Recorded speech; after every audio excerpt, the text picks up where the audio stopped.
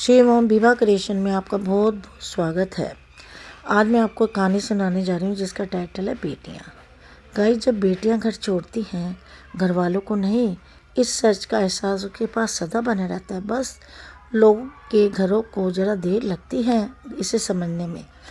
खिड़की के पास खड़ी सिमरन सोच रही थी, भैया दूज आने वाली है, पर इस बार ना तो माँ ने फ़ोन करके भैया के आने की बात कही और ना ही मुझे आने को बोला। ऐसे कैसे हो सकता है? हे भगवान, सब ठीक हो सब कुछ। अपनी सास से बोली, माँ जी मुझे डर लग रहा है, पता नहीं क्या हो गया है, मुझे कैसे इस बार भूल हो गई। माँ ने इजाज़त देते हुए कहा, कोई बात नहीं बेटा, तुम इस बार खुद जाकर देख आओ। माँ के आगे मिलने भर की देरी थी कि सिमरन अपने पति के पास मैके आ पहुंची, परंतु इस बार घर के अंदर कदम रखते ही उसे सब कुछ बदला सा महसूस हुआ। पहले जहां उसे देखते ही माँ पिताजी के चेहरे खुशी से खिल उठते थे, इस बार उस पर परेशानी की झलक सफाई साफ दिखाई दे रही थी। पहले भाभी उसे देखते दौड़ती चली आती थी, प्यार से गला लगा लेती थी, पर इस बार दूर से ही एक छोटी सी मुस्कान दे डाली। भैया भी ज़्यादा खुश नहीं दिखाई दिए। सिमरन जैसे जैसे एक रात बिताई, परंतु अगले दिन जैसे उसके पति उसे मैके छोड़ वापस घर आए, उसने अपनी माँ से बात की। तब उन्होंने बताया, इस बार कोरोना के चलते भैया का काम बिल्कुल बंद हो गया, ऊपर से और भी समस्या, बस इसी वजह से तेरे भैया को तेरे घर में भी ना भेज सकी। सिमरन बोली, कोई बात नहीं माँ, ये मुश्किल दिन भी जल्दी ही निकल जाएंगे, आप चिंता मत करो। शाम को भैया भाभी आपस में बात कर रहे थे, जो सिमरन ने सुन ली थी।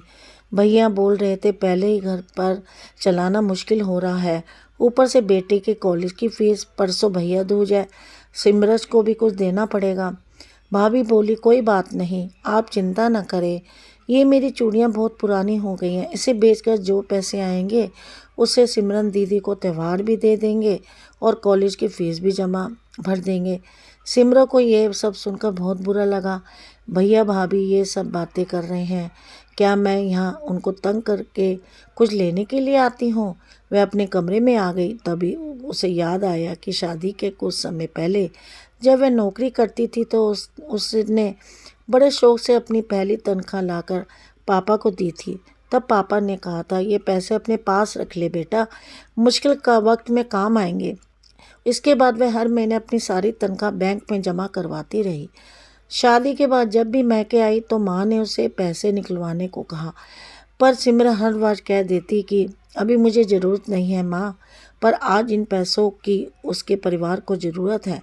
वह अगले दिन ही सुबह भतीजे के साथ लेकर बैंक गई। वो सारे पैसे निकाल कर पहले भतीजे की कॉलेज की फ़ीस जमा की और फिर घर की ज़रूरी सामान खरीद कर घर वापस आ गई। अगले दिन जब भैया का टीका किया, तब भैया ने भरी आंखों से उसके हाथ में 900 का नोट रखा। सिमरन मना करने लगी तो भैया बोले, ये तो शगुन है पगली, मना मत कर। सिमरन बोली, भैया बेटियां मायके शुगन के नाम पर कुछ लेने नहीं, बल्कि अपने माँ बाप की अच्छी सेहत की कामना करने।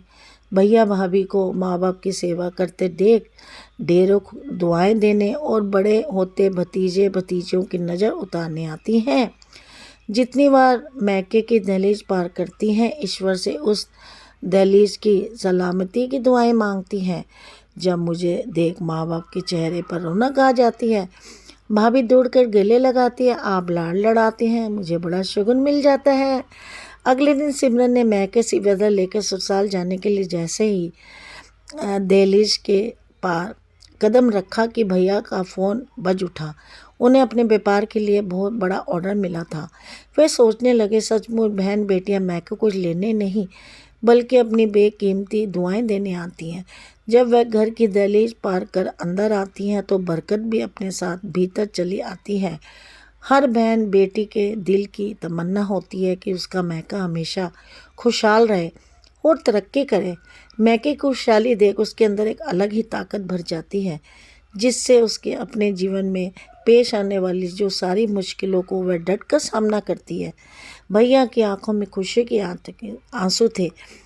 तो इसलिए बेटियों को बहुत प्यार कीजिए, जो अपना घर बार दूर भी रहेंगी तब भी आप लोगों को इतना प्यार करेंगी कि मेरे भाई और मेरे भाभी, मेरे माँ बाप का घर बना रहे। वो कुछ नहीं दे सकती, लेकिन वो इतना देती हैं दुआएं कि जो हमारी हमारे ज़िंदगी भर हमारे साथ चलती हैं।